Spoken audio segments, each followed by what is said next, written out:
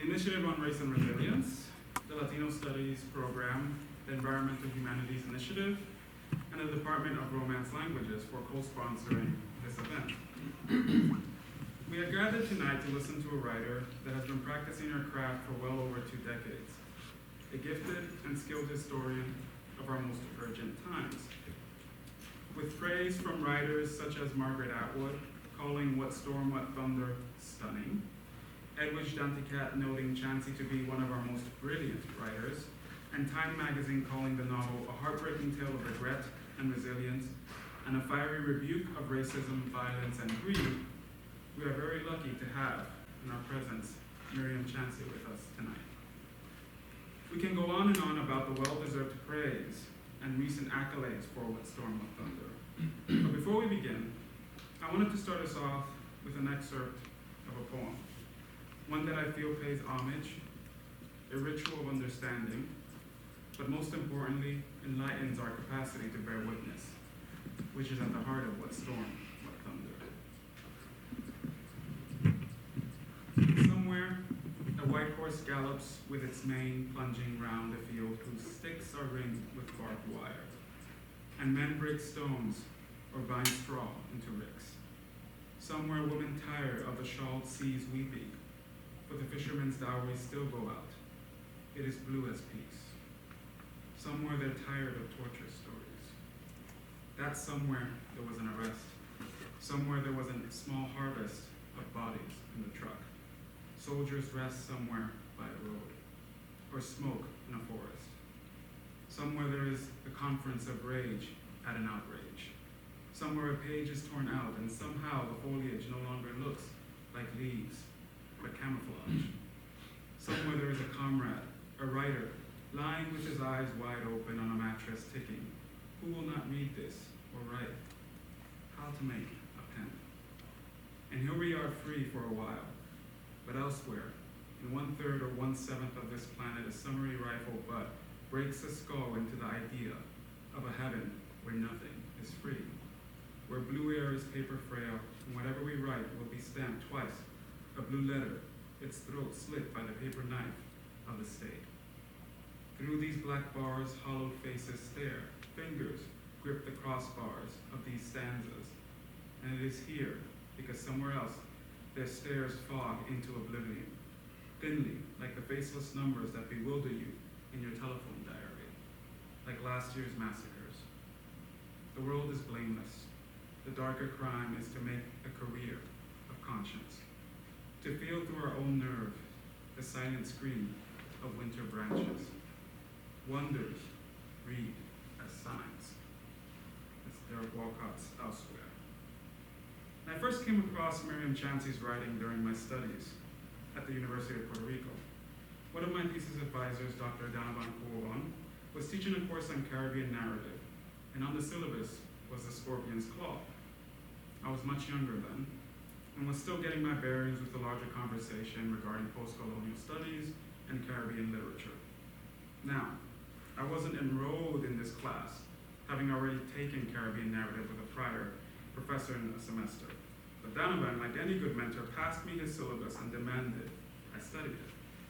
Because as he often likes to say, so much of the region will never fit into the scope of a single semester. The Scorpion's Claw stood out by its name alone, and when I finally set out to read it, I remember feeling a great relief. It wasn't the subject material, because trust me, colonialism and its violence on citizens is often overwhelming. Not because a novel challenges the very idea of convention, but because Chancy's words were a gift for an aspiring young writer. A gift we all share as Caribbean people to access the privilege of her stories and her scholarly criticism. In an interview with the Jamaican poet Opal Palmer Adisa, Michelle Cliff states that Caribbean writers come from, quote, an oral tradition that encompasses the telling of history, dreams, family, stories, end quote. Cliff expands on the issue of linearity and the concept of time and states, quote, time is not linear. All things are happening at the same time. The past, the present, and the future coexist.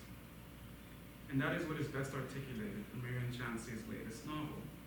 How a catastrophe such as the earthquake of 2010 in Haiti captures all these facets of time, the past, present, and future, through a memorable cast of characters that announce their agency.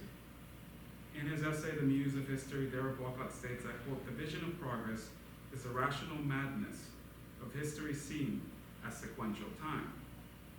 So to acknowledge time as nonlinear is a means to enact ritual. Chancy's work provides us just that. A look into the ramifications of coloniality, the history of violence, the capacity for love, but most importantly, what it means, as Chris Avani has said, to bear witness to our existential wound. What Storm, What Thunder gives us a testament to the human heart, one that is capable of loving, of yearning and rage, and of living, to honor those that have passed. So please join me in welcoming Myriam J. Chancy.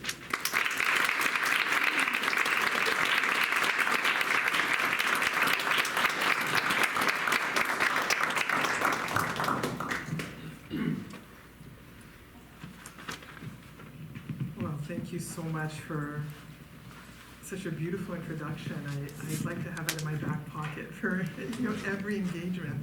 That's so wonderful. And I didn't know the story about the scorpion's claw, so it's nice to know it lives on. Let me see, I'm just going to get myself situated here. So I think,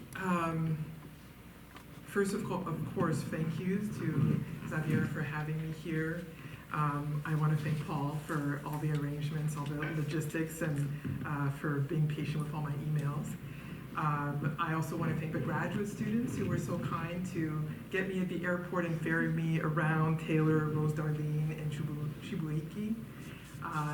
And those of you I haven't met yet, but probably will meet this evening, thank you for having me into the English department and the MFA program as well. So I think I'm going to read for about 20 minutes or so, and then hopefully have conversation with you about the novel. And so I just want to give myself a little timer so I know what I'm doing. Know when to stop. There we go. So, it would be an understatement to say that the earthquake really changed the course of my life. It changed the course of so many people's lives. If you know anything about the earthquake, around 318,000 people are counted among the dead today. 1.7 million people were left home insecure and food insecure, of which it was estimated last year about 50,000 people are still in IDP camps. And another 150,000 are in IDP camps as a result of the 2021 August earthquake, which killed, I think, between 2,000 and 3,000 people. Sometimes the scope, the enormity of the consequences of the earthquake are not thought through by people who are watching the catastrophe from afar. To give you a sense of scale, this is a city that was built to house 250,000 people, had nearly 3 million around the time of the earthquake, many living in shanty towns. And I was living in Cincinnati, which has a population of 250,000 people. So if you could imagine receiving the news of the earthquake, and I'm sitting in a city which has the exact number of people who will have disappeared in 45 seconds on January 12th, 2010.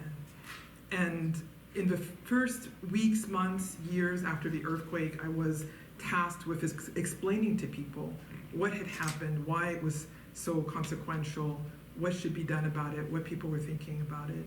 And I thought of that more as educational or pedagogical work or political work. So I wrote a lot of op-eds, some of which will appear in a book next year. But then there came a time where I realized I needed to do something as an artist, and this is where the novel came from. So the novel is told in 10 narrative voices. There were originally 13, 12 of which had their own narratives, and only 10 of which were preserved in the novel, although all 13 characters are here, of different socioeconomic backgrounds, different genders, different ages. And what I tried to do was to give the reader a holistic sense of what had happened and how people were affected individually, but also in their family groups and as a community. And this is why you have so many narratives.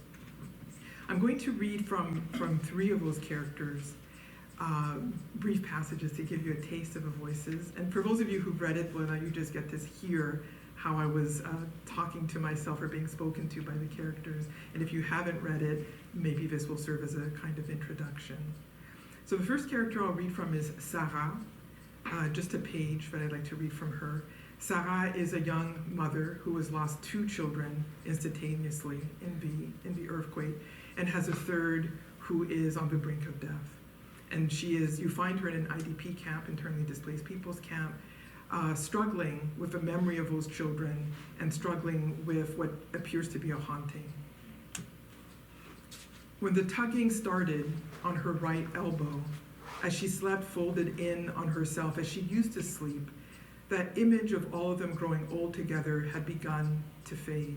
She had begun to forget what each of them looked like, not because dues had happened so long ago. Was it now only a few months ago, 6 months ago? It seems so much longer. But because the shock of their sudden disappearance had broken something in her mind, the part that was able to take things in and let them go, that wanted for little more than she had.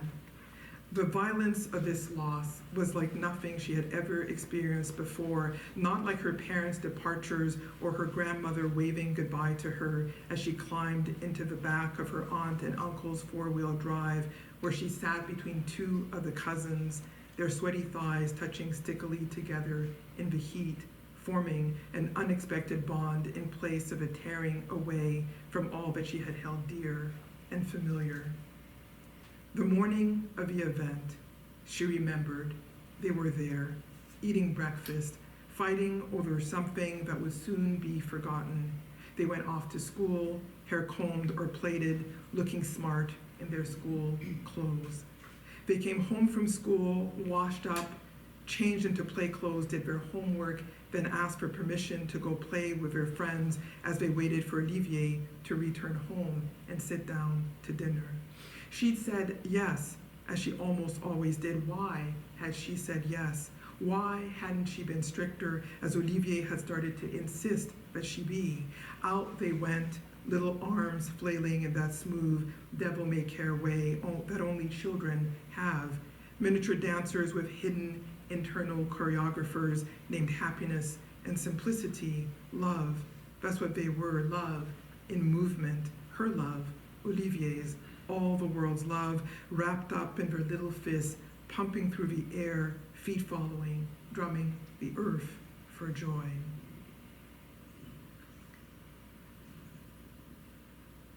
And now I'm going to turn to Malou.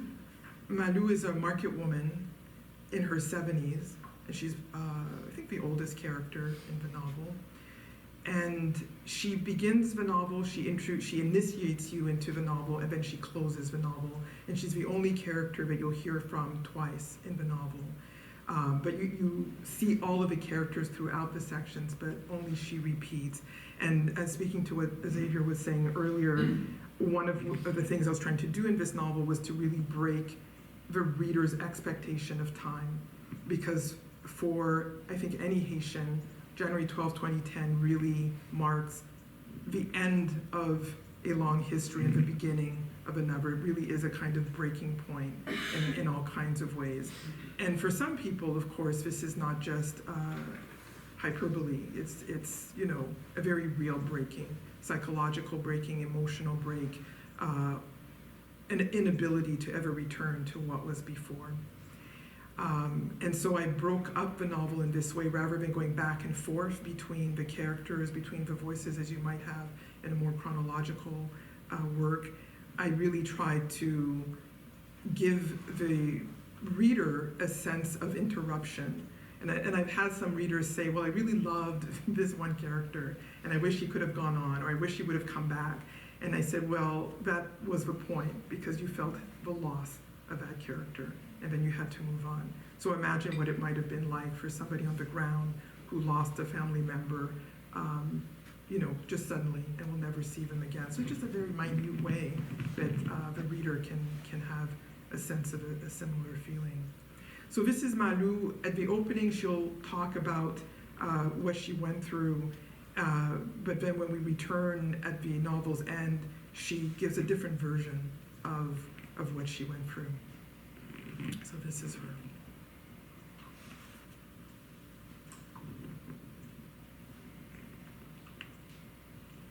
Slightly longer passage. After those first days, the days of cleanup, of mourning, some of us wore the white of initiates for weeks. Some of us danced, but our movements were dirges, not celebrations of life, as they said on the television reports, especially those from the outside who could not understand our assemblies, the swaying, the wearing of white in the bright light of day instead of black. It was all that could be done. There was no time. Day rose and set, but had nothing to do with matin or asouet, no day, no night. Morning came to have only one meaning, letting go. I did not dance. I watched, but I did not dance. Instead, I stayed still at my post, wondering what faces I would no longer be seeing, walking through the market. The husbands who had left their wives, the wives having affairs on their husbands, the children hiding from their persecutors, the destitute pretending that they were shopping for pantries that didn't exist. I understood. Even if you have no pennies to buy, markets can make you feel rich. All the overflowing, colorful fruits and vegetables, the trinkets, the chewing gums in their miniature, vibrant packaging, the made-in-China items that no one has seen before and marvels over. Only those who can pay can have a morsel of it, the bounty. The rest of us are banan, like plantains made soft when boiled. The days melded into the other, light with dark. It was hard to explain later, when those who hadn't been here wanted explanation for delays, but there was no real way to explain. Reality was no more, time had evaporated. Those others who were out of harm's way, they were safe in the unreal world. Here, life and death were stripped to their bare elements. All that was man-made fell, including time, buckled into the sky with nightfall. The horizon met, and we scrambled upon the surface of the earth like ants, instinctively following shadows to find our way. That's all we were, shadows, paper cutouts cast large against sheets of receding light. If I think about it now, this is all I can remember, the shadows of black ink moving against indigo blue skies, and as the night blanketed us, nothing but sighs and gasps, cries in the night mixed with those of roosters and braying donkeys for whom time had long ceased to matter. When I finally got the cellular recharged, I found Anne, this is her granddaughter. It's not the first time that people have disappeared, I said to her, not knowing what question I was answering, not the first time, and it won't be the last. Mark my words. You listening? You hear me? Eccentric pronouncements of an old lady. It was as if a tragedy had made me a seer, as if I had a crystal ball and could see right into the future. I caught myself, thought of my Lou. This one, no one could have foreseen it. Well, that's not entirely true, Anne responded quietly over the phone. I stroked the stray hairs on my chin absent-mindedly, comforting myself. Anne told me that she had read in the paper after that there was a Haitian seismo, seismo, well, you know what I mean, someone who studies the earth and how it moves, all the layers crackling, folding, moving, who had predicted it. But no one had believed him. That's how unimportant we had become. I bounced a finger on my temple. Who decided that? I said into the phone, my voice high-pitched. Who in the hell decided that? Even now, I think of all the lives that could have been saved, the little boys, the angel girls, their mother, Sarah, with a shadow of a burn on her face, the tall girl with the model looks with her lovelorn protector following her like a sleek Doberman. I think of all the people who used to come in and out of the market, human beings. Leopold, whom I knew only from photographs sent by a distant relative in Trinidad, where some of our people went long ago, who came to make his fortune, selling his contraband on the edges of a market through teenage boys and staying at the big hotel on the hill. The hotel slid and fell like a stack of dominoes. Everything matters, I said to Anne. I mean, everyone, opening my arms wide where she could not see me. Tout monde, we too, right here. right now. And it goes on. I'm gonna finish with Sonia. She's a tall girl with a model looks that Malou, who's a market woman, if I forgot to say that, is referring to. And she works in that big hotel that fell down. And if anyone here knows about the aftermath of the earthquake or the reporting afterwards, this is styled after the Hotel Montana, which is one of, has been rebuilt since I think 2014, if I'm not mistaken. And it was on the news quite a lot because it was a major hotel up on the hill. You could see all of Port-au-Prince. It's in one of the wealthier districts of Port-au-Prince, and it was used by the UN and most of the better paying NGOs. And it was reported upon because, of course, a lot of people perished when that fell. But one of the things I thought a lot about, especially after I met a survivor from this hotel in another part of the Caribbean, not a Trinidadian like Leopold, who is the character who is inspired partly by that encounter. No one would talk about any Haitians who worked in that hotel. No one talked about the personnel. And having been in some of those hotels, not as someone staying there, but just, if you're taken to a restaurant, you often end up in one of these nicer hotels. There's a lot going on, and you have to usually be Haitian to understand all of the dynamics. But I imagine anyone who's from the Caribbean or any place with a lot of tourism knows what I'm talking about. There's a lot of transactional things going on. And I've always been intrigued by this. So when I thought of this character, I was thinking of someone who's literally working and living in the hotel as a sex worker. And of course, it depends on who you are, whether you would recognize her as such. So I just want to read her opening section. And also to say that Sonia is part of what's called the M community in Haiti. So this is the term for the queer community. And her best friend, Dieudonné, who works with her in the hotel, is also part of the M community. And part of the reason I wanted to make sure there was a representative of the M community in the novel is because when the earthquake happened, and this ironically also happened in 1842, the last major earthquake in Haiti prior to the last two, lesbians in particular were blamed for the earthquake. And I thought, this is very intriguing, and I don't know if this has happened in other places in the world, but in Haiti, this happened at least twice that we know of. And of course, what that means is that then people from those communities become persecuted in the aftermath. And I also wondered, well, why would this even happen? Like, why would in 1842, when there was a big earthquake in Cap-Haïtien, lesbians would be blamed in the popular, imagination, and then again in 2010. And what I surmise, because this is a very patriarchal society, and yet it is women who make the informal communities and societies and economy run, that this has something to do with power. It has something to do with thinking that women who are not part of a heteronormative culture somehow are very threatening to that culture. And you can see manifestations of this in other ways.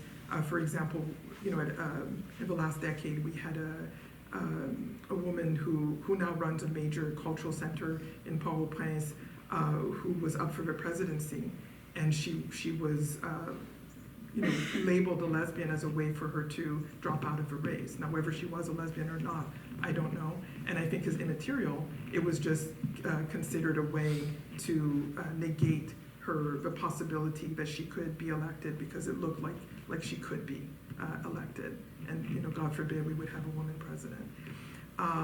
So here's why we have Sonia, and I'll just read from her opening.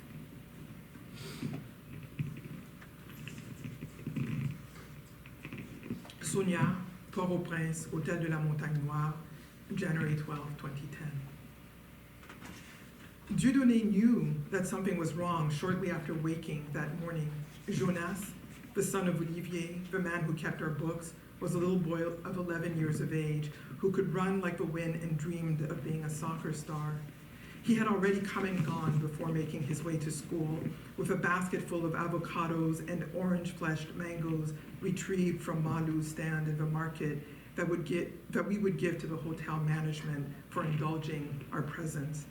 Malu always gave us the best she could find, and the hotel manager radiated pride when she set out the fruit in the hotel lobby to show the foreigners the bounty of our land. We felt less shame, too. Jonas had fulfilled his errand quickly, as if a spirit were clinging to his heels, giving him unseen force to move through the congested streets, hop on and off the tap-taps, run up the hill to the hotel, where we had a room to ourselves, away from the clients, swirling dust like a dervish as he ran back down the hill early in the morning, before the sun had fully risen in the sky, and Dieudonné had turned to face me from his bed and said, "Something is going to happen to that boy, to all of us. We're all going to have to run soon." He seemed half asleep, entranced on the edges of a dream or a nightmare, so I ignored him as his eyes closed and his mouth stayed open after he made the pronouncement as he drifted back to sleep. He had known that something was going to go wrong. He told me later that he could sniff it in the air, a too clean smell that comes in the minutes before a hurricane or a thunderstorm, when the skies are clear and crackling with electric energy, before the winds pick up and snap fronds clean from swaying palms, whose rhizomes grasp the earth like tentacular fists, as if fearing to be uprooted by the squalls. A too clean smell, where there should have been only the usual stench and smoke from the burning of garbage heaps gathered at the edges of the street and set to flame there before children like Jonas made their way to school.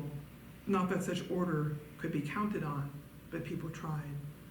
He was confirmed in his suspicion that things were off when he saw the short pear-shaped walnut-skinned man in the dark suit and hat with a white shirt straining across the reach of his bulging, pregnant-like belly sitting at the bar a few feet away from the kidney-shaped pool.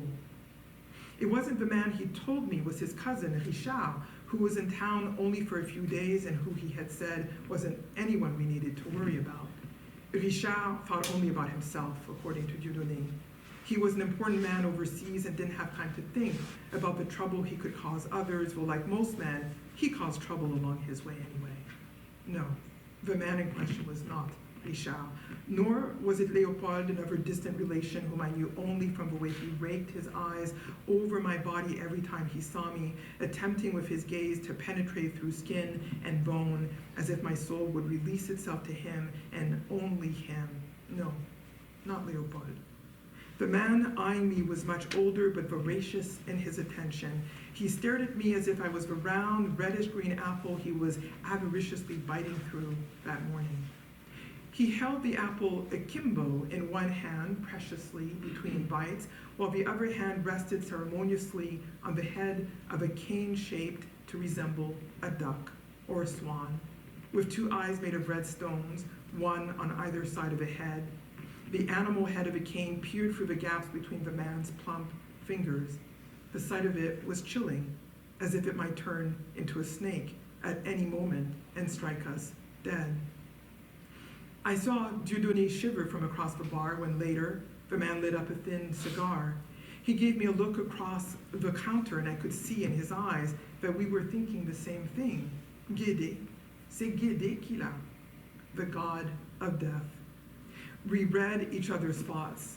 Dieudonné kept watch on the man as if to protect me from imminent danger, but the man never moved from his seat, never sent over rum or wine, not even water.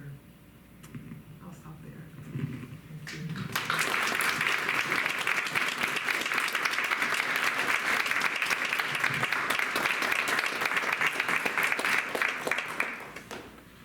We have time for a question, of course.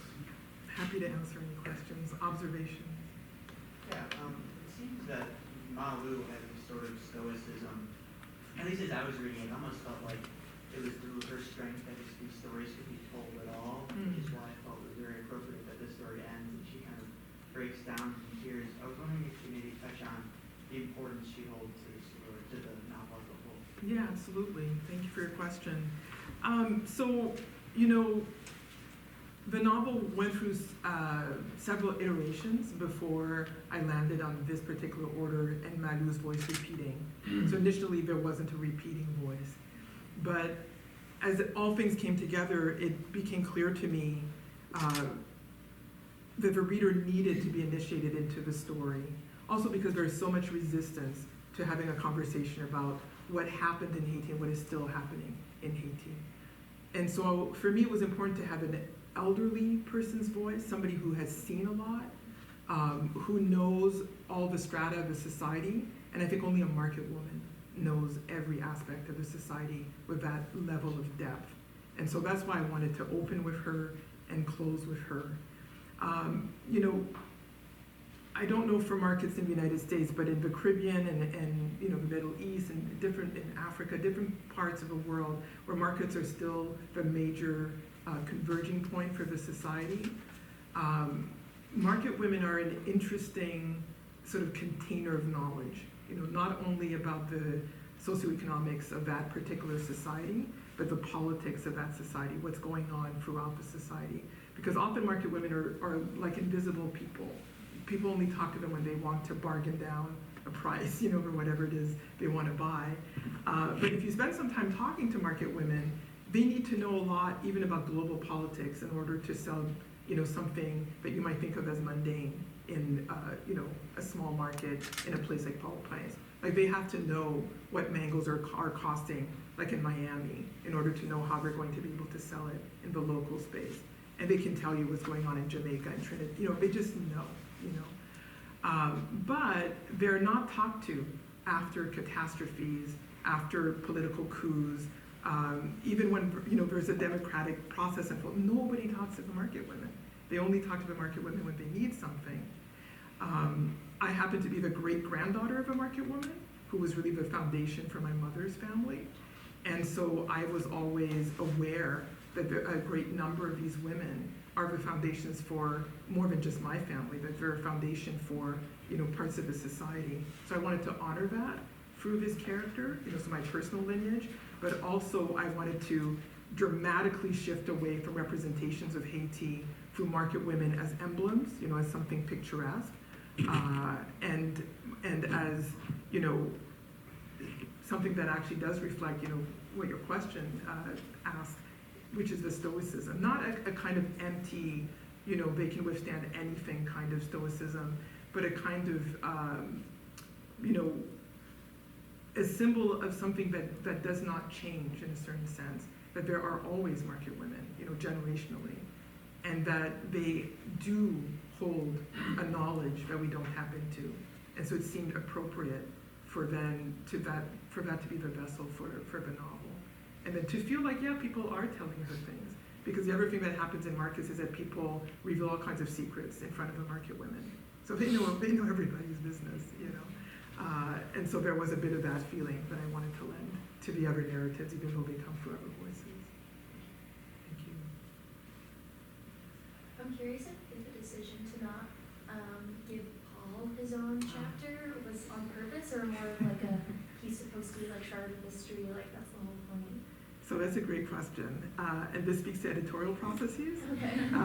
Because as I started off, there were 12 fully written characters, and my Canadian editor peeled one away, and that was Loco. Loco used to have his own story.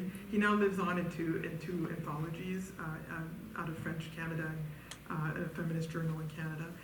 And then my American editor peeled away Paul. So that's what happened to Paul. But they were both right, because part of what happens in the editorial process is that, you know, even if your work is really tight, you know, and when my first editor received the full manuscript, it was pretty tight, but it needed some, I need to get out some bloat, you know, get rid of some bloat. And so when she suggested taking out Loco, she was like, you know, I love Loco, but his story has nothing to do with the earthquake. And then when I looked at it, I was like, oh, she's right. Because Loco's story because Loco is also in his mid-70s. He's a rainwater man. He's a bit mysterious. You get hints of what he used to be like. And of course, what I did is I threaded through some of that information, the other narratives. So when you lose something, if it's really contained in larger narrative, you have to thread it back in a different kind of way. So the quote gets threaded back in other people's perspectives. So you find out a little bit about him through Anne, right, who tells you like why he takes to Sarah and so forth. But the backstory was about the daughter that he left, that Sarah resembles, and his life in Lagonave before he came to Port-au-Prince, which would have been decades before the earthquake. And so my editor was like, this is lovely, but, you know, if this is about the earthquake, his is the only narrative that does this. But, so that was fine. Paul, I didn't have to think too long about cutting Paul, but Paul was threaded through a great deal more once he was cut, because I wanted the reader to be able to attempt to answer some of those questions. But the reason he was cut is because the book is already quite heavy, you know? Not heavy in terms of length, but in terms of content. And my editor at Tin House said, well, I have a feeling that this could be too much darkness, because Paul is so conflicted. And you get reasons for his, you know, conflictual nature. You know, he's about 17 when the earthquake happens. You get a sense that he's maybe following, you know, the young men who are doing, you know, things that they shouldn't be doing in the camps and elsewhere. It's not quite clear. And part of why I had written him originally is because a huge part of his culture is under 25 years of age. I mean, even younger than 25, like more than 50% of the population has no memory of the Duvaliers, has no memory of a dictatorship. There are even people, you know, older than 25 who, because they don't have that memory, in more recent times I've seen extol or quoting Duvalier, father and son, because they have no idea what he was saying. You know, like the father once said, I think he said, I am the flag, the state is me, you know, echoing, you know, previous monarchs, French monarchs. But that person was quoting it, you know, in a social media post, somebody in their 30s, thinking, yes, I love Haiti, you know, and they're quoting a dictator who was basically saying, I can do whatever I want. So the idea of Paul was to try to imagine and bring to the fore, what is it like to be a teenager and have no memory of this dictatorship that maybe nobody speaks about, that maybe most of the people who are the most knowledgeable about it have fled the country, you know, stayed in exile, never came back, and maybe you don't have access to the books about it, you know, et cetera. And so, but I think my editor was right. It was too dark. And so even though it was honest, right, he's struggling with making the right decisions. So what I did was to impart to a number of different characters parts of his story, so you could try to shiver from across the bar when later the man lit up a thin cigar. He gave me a look across the counter, and I could see in his eyes that we were thinking the same thing. Guédé, c'est Guédé qui l'a, the god of death. We read each other's thoughts. Dieudonné kept watch on the man, as if to protect me from imminent danger, but the man never moved from his seat, never sent over rum or wine, not even water. I'll stop there. Thank you.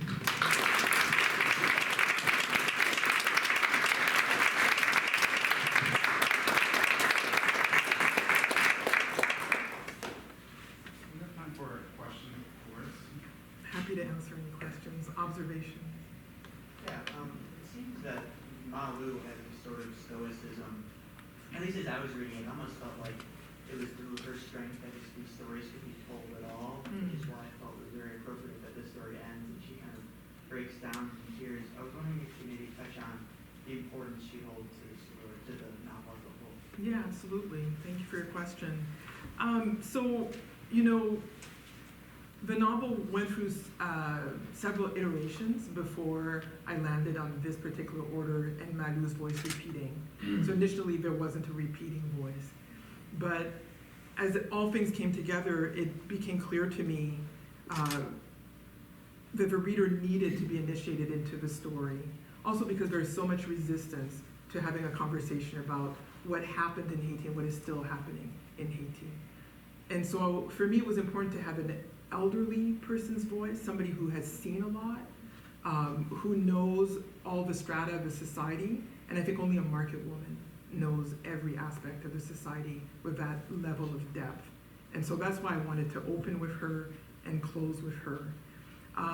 You know, I don't know for markets in the United States, but in the Caribbean and you know, the Middle East and in Africa, different parts of the world where markets are still the major converging point for the society, market women are an interesting sort of container of knowledge, you know, not only about the socioeconomics of that particular society, but the politics of that society, what's going on throughout the society. Because often market women are like invisible people. People only talk to them when they want to bargain down a price, you know, or whatever it is they want to buy. But if you spend some time talking to market women, they need to know a lot even about global politics in order to sell, you know, something that you might think of as mundane in, you know, a small market in a place like Powell Plains. Like they have to know what mangoes are costing, like in Miami, in order to know how they're going to be able to sell it in the local space. And they can tell you what's going on in Jamaica and Trinidad. You know, they just know, you know. But they're not talked to after catastrophes, after political coups, even when, you know, there's a democratic process involved. Nobody talks to the market women. They only talk to the market women when they need something. I happen to be the great-granddaughter of a market woman who was really the foundation for my mother's family. And so I was always aware that a great number of these women are the foundations for more than just my family, that they're a foundation for, you know, parts of the society. So I wanted to honor that through this character, you know, so my personal lineage, but also I wanted to dramatically shift away from representations of Haiti through market women as emblems, you know, as something picturesque, and as, you know, something that actually does reflect, you know, what your question asked, which is the stoicism, not a kind of empty, you know, they can withstand anything kind of stoicism, but a kind of, you know, a symbol of something that does not change in a certain sense, that there are always market women, you know, generationally, and that they do hold a knowledge that we don't tap into. And so it seemed appropriate for that to be the vessel for the novel. And then to feel like, yeah, people are telling her things. Because the other thing that happens in markets is that people reveal all kinds of secrets in front of the market women. So they know everybody's business, you know. And so there was a bit of that feeling that I wanted to lend to the other narratives, even though they come through other voices. Thank you. I'm curious if the decision to not give Paul his own chapter was on purpose or more of like he's supposed to be like shard of history, like that's the whole point. So that's a great question, and this speaks to editorial processes. Okay. Because as I started off, there were 12 fully written characters, and my Canadian editor peeled one away, and that was Loco. Loco used to have his own story. He now lives on into anthologies out of French Canada and a feminist journal in Canada. And then my American editor peeled away Paul. So that's what happened to Paul. But they were both right, because part of what happens in the editorial process is that, you know, even if your work is really tight, you know, and when my first editor received the full manuscript, it was pretty tight, but it needed some, I need to get out some bloat, you know, get rid of some bloat. And so when she suggested taking out Loco, she was like, you know, I love Loco, but his story has nothing to do with the earthquake. And then when I looked at it, I was like, oh, she's right. Because Loco's story because Loco is also in his mid-70s. He's a rainwater man. He's a bit mysterious. You get hints of what he used to be like. And of course, what I did is I threaded through some of that information, the other narratives. So when you lose something, if it's really contained in the larger narrative, you have to thread it back in a different kind of way. So Loco gets threaded back in other people's perspectives. So you find out a little bit about him through Anne, right, who tells you like why he takes to Sarah and so forth. But the backstory was about the daughter that he left, that Sarah resembles, and his life in Lagunave before he came to Powell Plains, which would have been decades before the earthquake. And so my editor was like, this is lovely, but, you know, if this is about the earthquake, his is the only narrative that does this. But, so that was fine. Paul, I didn't have to think too long about cutting Paul, but Paul was threaded through a great deal more once he was cut, because I wanted the reader to be able to attempt to answer some of those questions. But the reason he was cut is because the book is already quite heavy, you know? Not heavy in terms of length, but in terms of content. And my editor at Tin House said, well, I have a feeling that this could be too much darkness, because Paul is so conflicted. And you get reasons for his, you know, conflictual nature. You know, he's about 17 when the earthquake happens. You get a sense that he's maybe following, you know, the young men who are doing, you know, things that they shouldn't be doing in the camps and elsewhere. It's not quite clear. And part of why I had written him originally is because a huge part of this culture is under 25 years of age. I mean, even younger than 25, like more than 50% of the population has no memory of the Duvaliers, has no memory of a dictatorship. There are even people, you know, older than 25 who, because they don't have that memory, in more recent times I've seen extol or quoting Duvalier, father and son, because they have no idea what he was saying. You know, like the father once said, I think he said, I am the flag, the state is me, you know, echoing, you know, previous monarchs, French monarchs.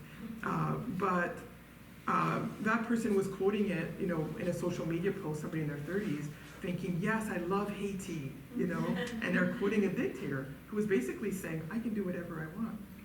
So the idea of Paul was to try to imagine and bring to the fore, what is it like to be a teenager and have no memory of his dictatorship that maybe nobody speaks about, that maybe most of the people who are the most knowledgeable about it have fled the country, you know, stayed in exile, never came back, and maybe you don't have access to the books about it, you know, et cetera. And so, but I think my editor was right. It was too dark.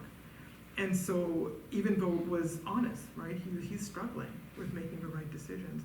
So what I did was to impart to a number of different characters parts of his story, so you could try to decide whether or not he did do things or did not, or maybe to leave it ambiguous, because he's a reflection of reality, but maybe you don't need more information.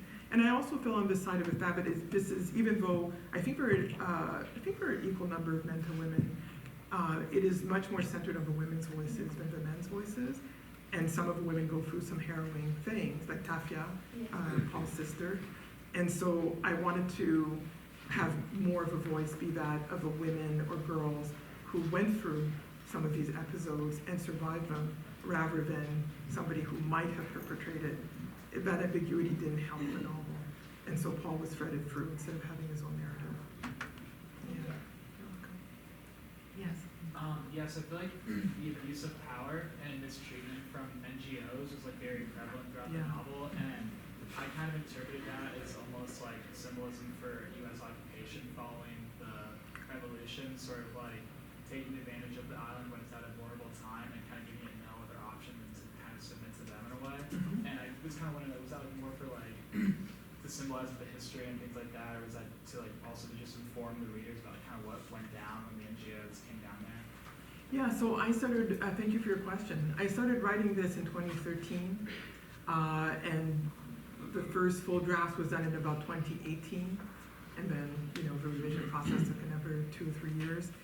And when I started writing, NGOs had started pulling out of Haiti, but the discussions that we were having in the 3 years prior to that, 2010 to 2013, was about how all these NGOs were going to solve the problems of Haiti, but also doing so in a way that didn't take into consideration what locals were interested in.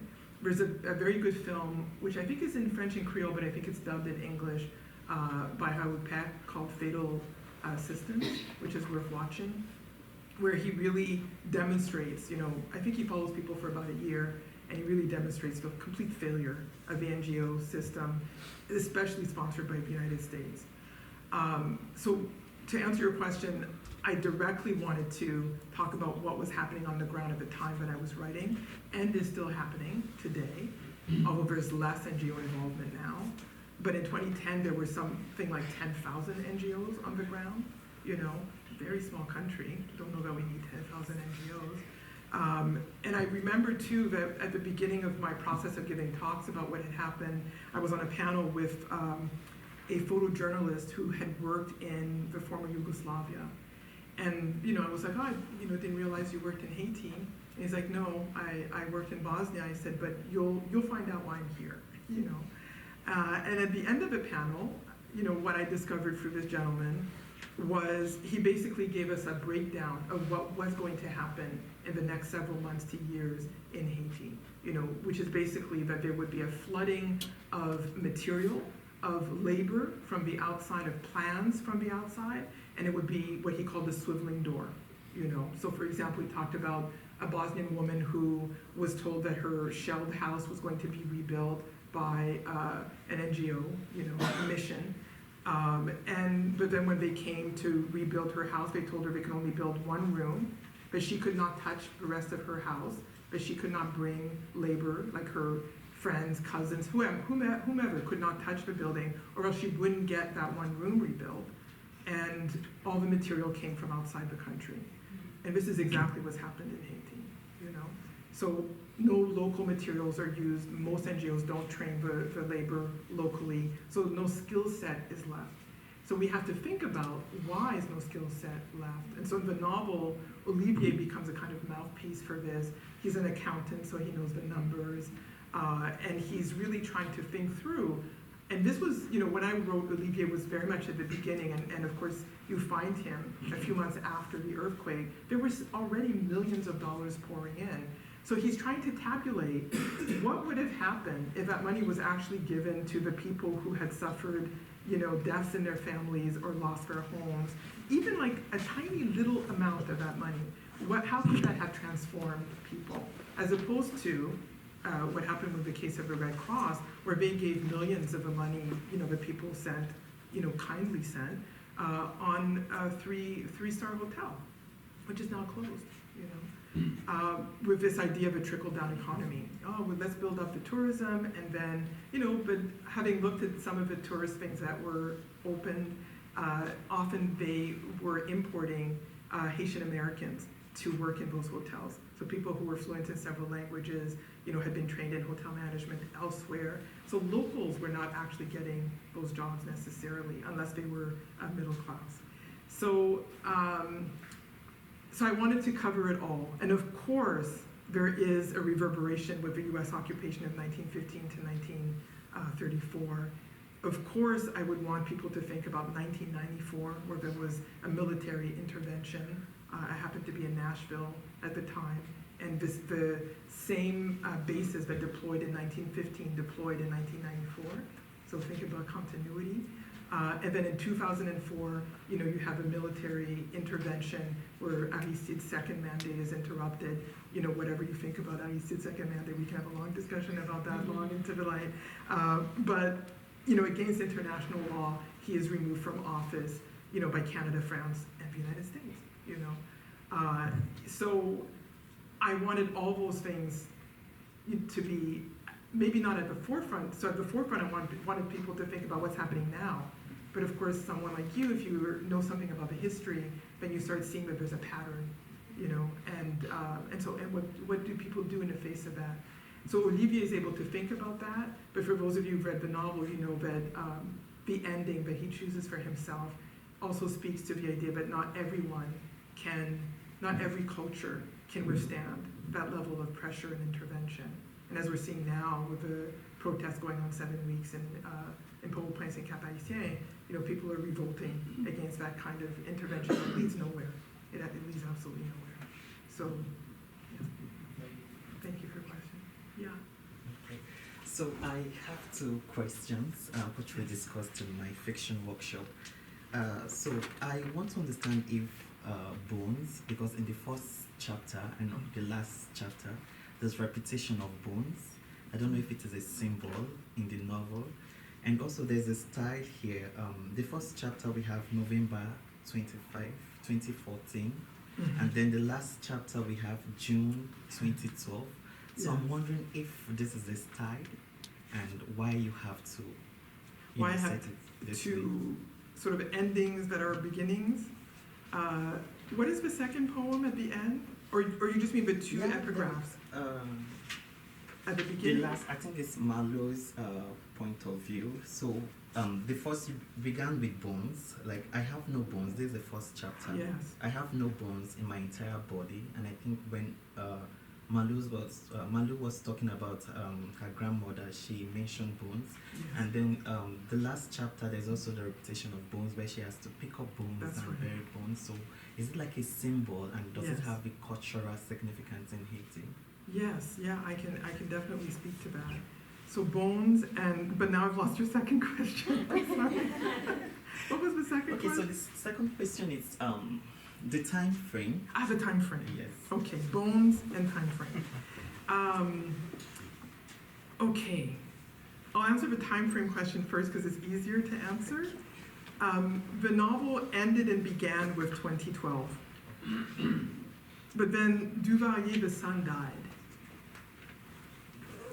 And I was like, oh, okay, he died. And I needed to close that somehow for myself, like in my own writing, you know? I mean, I have different works that treat the regime, and even though the regime ended in 1986, you could say that a dictatorship doesn't really end until the dictator is dead, you know? And Duvalier returned after the earthquake, and he returned because Swiss law had changed and demanded that former dictators prove that they were not dictators in order to hold on to their money in Swiss banks. So he thought, well, I'm just going to go back and prove that I'm not a dictator, that I wasn't a dictator, I was unfairly chased out, and get my money back. And at that point, there was only $5 million left. It was like not a lot of money, but he needed it. And he ended up dying in Haiti. And so I shifted that because I wanted to talk about his passing, which Malu talks about in that opening. Because I wanted that kind of closure, you know, in terms of the dictatorship and its meaning in real time. And then the bones is a much larger question. The bones is well, and I'm not answering why I started with 2014. I could have ended with 2014, but that goes to the eloquent opening in terms of time. So I'll let Xavier answer that. But in terms of bones, one of the things that I was acutely aware of, you know, when I started going back after the earthquake, was the fact that all of those bodies were not recovered and will never be recovered, you know. What could be recovered ended up in mass graves, you know, a little bit outside of the city. And of course, those who were able to recover their own kin and give funerals did, but in the early days, there was not a lot of that. But if you realize the immense amount of rubble that there was, you know, just laying about for so long, and I can't remember the exact date when most of the streets were cleared, but I think it's safe to say that it was over a year after the earthquake. That means that a lot of people just were left in situ. They were just left there, you know, and they become part of the foundation of the city. So I was acutely aware of myself walking, you know, in the city and walking over remains, you know. So there was that. So how could the novel pay homage to those bones? And then in the ending, so part of what Malu's story is doing is that it's building on the fact that she has already grieved in her life. And this whole, you know, going back to her mother and her mother, you know, dying is about that. I have to say, you know, I shared this with the class earlier. My mother was dying at the end of my process of writing this novel, but I had written this before she became ill. So it was a very strange thing, like to be writing about a character who's elderly, who's remembering her mother dying, and then my mother starting to die, and then that being part of this tension you have to hold. And true story, a little while after the earthquake, and this is part of the ending of the novel, there was a cemetery that the government decided was going to be cemented over and become a bus station. And I remember at the time being in a panic because I know where the cemetery is. It's a major juncture, in the city. And I thought, oh, I'm sure I have relatives there.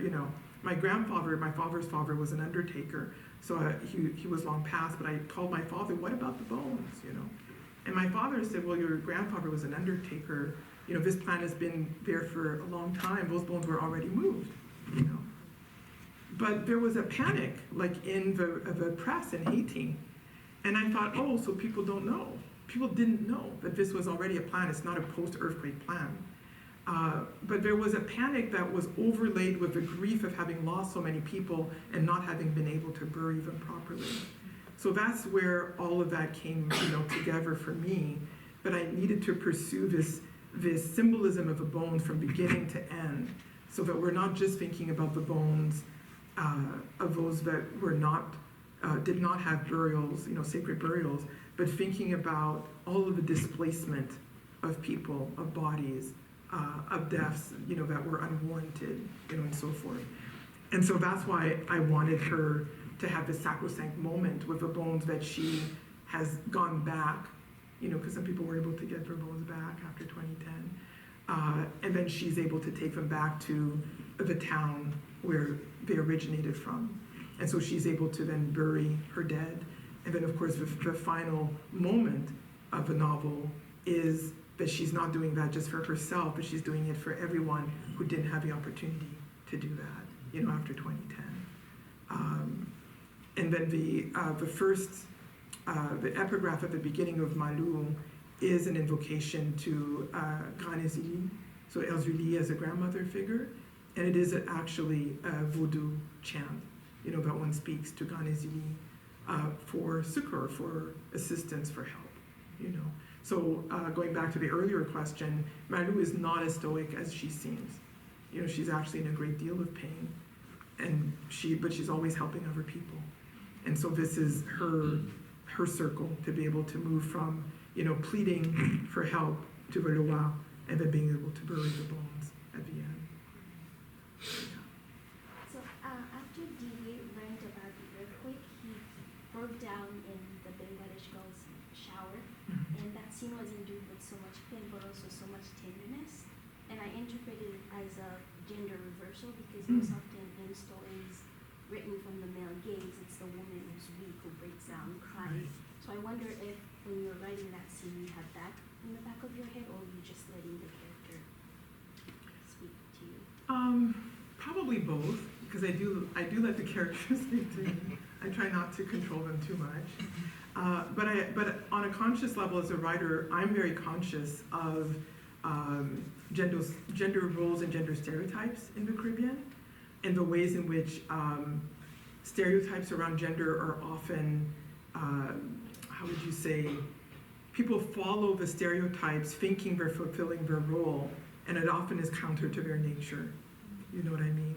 So one of the things I try to do in my fiction is try to represent, the Caribbean men I know who maybe put on a facade, like a macho facade or, homophobic facade or whatever it is, and they're not actually this way, They cry at home, or they have other ways of grieving that can be recognized as grief. And so I'm always trying to push against those stereotypes, because I think we live in cultures where there are role reversals, in terms of like the static roles. There are ways in which people break through those roles all the time, and are misunderstood, especially when they come, to the United States or Canada, and they're dressing a certain way or behaving a certain way, and very flamboyant, and then people ascribe all kinds of things to this, and it's a different cultural way of being, that then people have had to reframe as being normative, as being heteronormative. And so out of fear of being marginalized, ridiculed, whatever the case may be. So I think with Didier, there was an opportunity, to show a young man who, loves his sisters fiercely, especially his younger sister. And that's also a role model that people sometimes don't see in the literature. And I'm not saying that the other ways of being don't exist, that there aren't, brutalities and gender brutality, and I think I've tried to speak to that in the novel as well. But for all of those, who embody those kinds of toxic masculinities, there are a fair number of people who work against them, even when they're not masking it, So this is why, for example, Olivier, is patrolling the camp that he's in against violence. This actually happened, so there was a lot of sexual violence in the camps, but then a lot of young men, got T-shirts made, saying, I'm the help, and started walking and patrolling their camps to protect their daughters and their mothers and their friends, So I wanted to show this kind of balance. And then with Didier, how can you be so devoted to your sister and then walk in the world as without that kind of care, for other people? He's also learning about a racism that he didn't experience as a younger person, and that creates empathy for other people in his life, I went, when I think back to that period, I can't remember it being a gendered moment. I can't remember the period of the after 20, when we started making phone calls. I don't recall there being stoic men and silent women. There were very active women, and there were, there actually men who fell silent because they were weeping. I mean, so these reversals were occurring because the gender roles are not natural to begin with, And in a moment of crisis, these things fall apart. They just don't hold. They might come back, but they don't hold. So I think DJ was a way to show a man who has maintained his vulnerability and, is still who he is not afraid of being who he is, in other words. We are out of time because we could be here for 30 more minutes if we want to. But we do have books available, the paperbacks, which are stunning. If you don't have a copy, please run over and buy a paperback. And Myriam and Chancy would be more than happy. So I understand. Yeah, I'm sure. Sign, Yeah. have a Happy. small Old copies conversation too. afterwards, right? Yes, of course. Please join me in one last round of applause.